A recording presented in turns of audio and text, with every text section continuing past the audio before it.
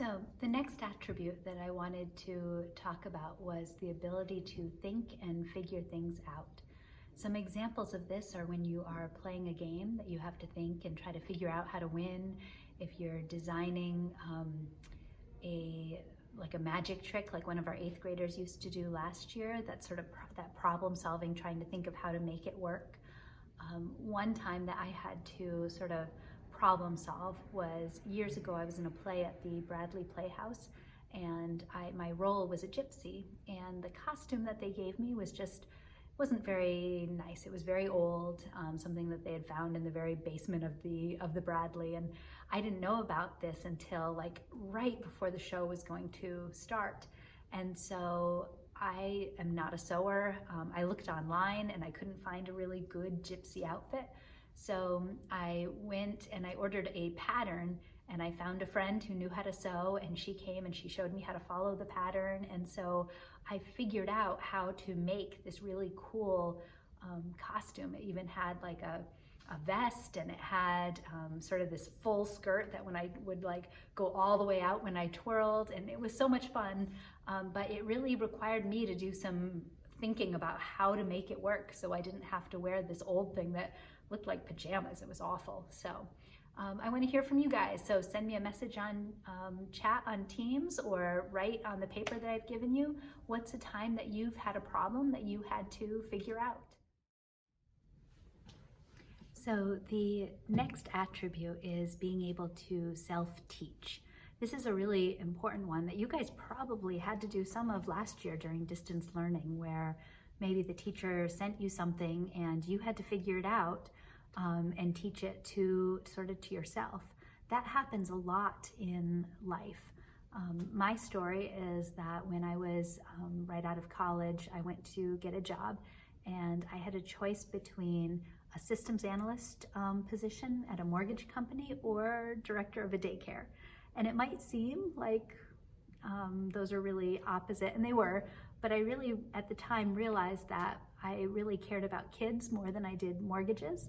And so I took the job as a daycare director. But the thing is that I had no experience, and all of a sudden, right out of college, I'm in charge of a building that we could hold 91 kids.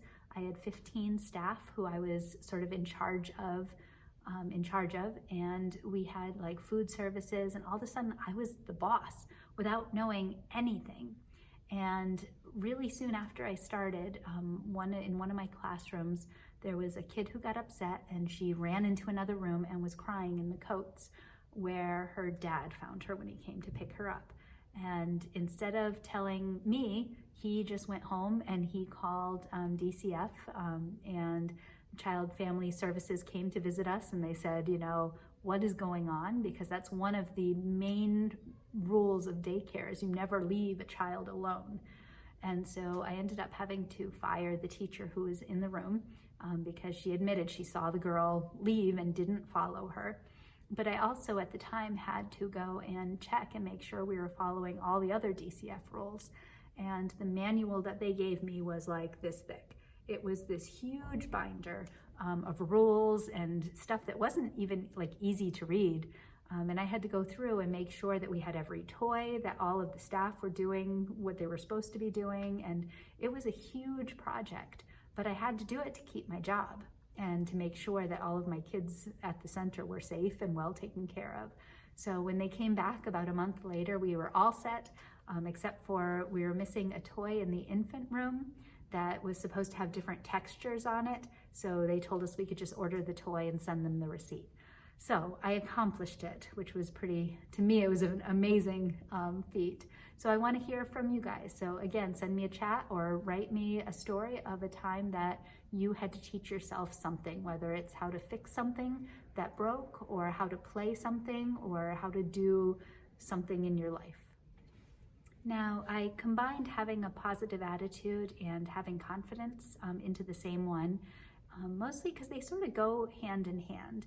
So the story that I wanted to talk about is sort of my experiences with math. And I think you guys understanding this will help you understand me as a teacher. But when I was in 3rd grade, I remember learning our multiplication tables, and I just really struggled. We had this bulletin board in the back of the room, and it had a hill, and on the hill there was all these little goats, and each student had a goat. And as we would accomplish our multiplication facts, we would be able to move our goat up the hill. And I just couldn't memorize them. They just were not sticking in my head. And so my little goat stayed down here, and all the rest of the little goats sort of were going up that hill, and it was so embarrassing. And so I lost whatever confidence I even maybe had before about my ability to do math. And I also had not a good attitude about math. I really just hated it. And I went through all of elementary, middle, high school feeling that way about math. If you asked me how I did in my high school math classes, I would tell you that I did horrible, which is sort of true. I looked back later on and I didn't do as bad as I thought I did, but I had no confidence. And it wasn't until I went to college that I ended up having this teacher that I really connected with, and I understood what she was saying, and it was like the math all clicked in my head. And I think it wasn't that the math clicked, it's that all of a sudden I started getting it right, and I understood it, and I had confidence and a good attitude. And I was so proud and amazed that I started to just randomly take math classes when I was in college. And I ended up taking all the way through Calculus 4, which is a really challenging math class. And I also took enough credits to be certified in math, which is really awesome. But what I appreciate about those experiences is that I understand when you're in math and you don't understand something, or if you struggle with it, or you don't have that confidence, I can help you through it. But the other piece is it taught me that when you don't have that confidence and that positive attitude, you're gonna struggle. So it's really important to think about, okay, how can I have confidence and believe in myself? Because everyone can do this math. I will help you through it. We will do whatever we can to get you through it, but you can do it. So I want to hear from you guys about a time that either you didn't have a positive attitude, or at times you do have positive attitudes about a circumstance or a situation, or you can talk about confidence. Maybe you're confident in something particular or not confident, okay? So our last attribute is drive. And drive has to do with the fact that sometimes in life, we're gonna fail. We're gonna crash and burn. That's why if you are in my classroom, there's a picture of a sports car that's sort of toppling over. And the thing is that in life, you have to be able to get back up and have that drive, have that ability to keep going, even if you fail sometimes. Maybe some of you guys didn't do so well with distance learning, and so this is a new year, a time to start again. My story, because I've had times in my life where I failed. When I was in college, I was an education major. I told you guys earlier I wanted to teach little kids.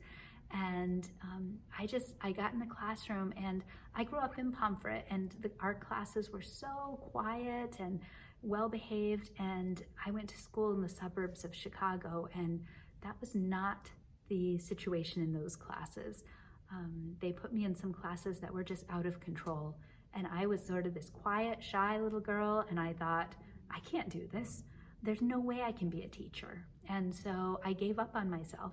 I quit and changed my major to computer science, and I said, well, I guess I won't be able to do that.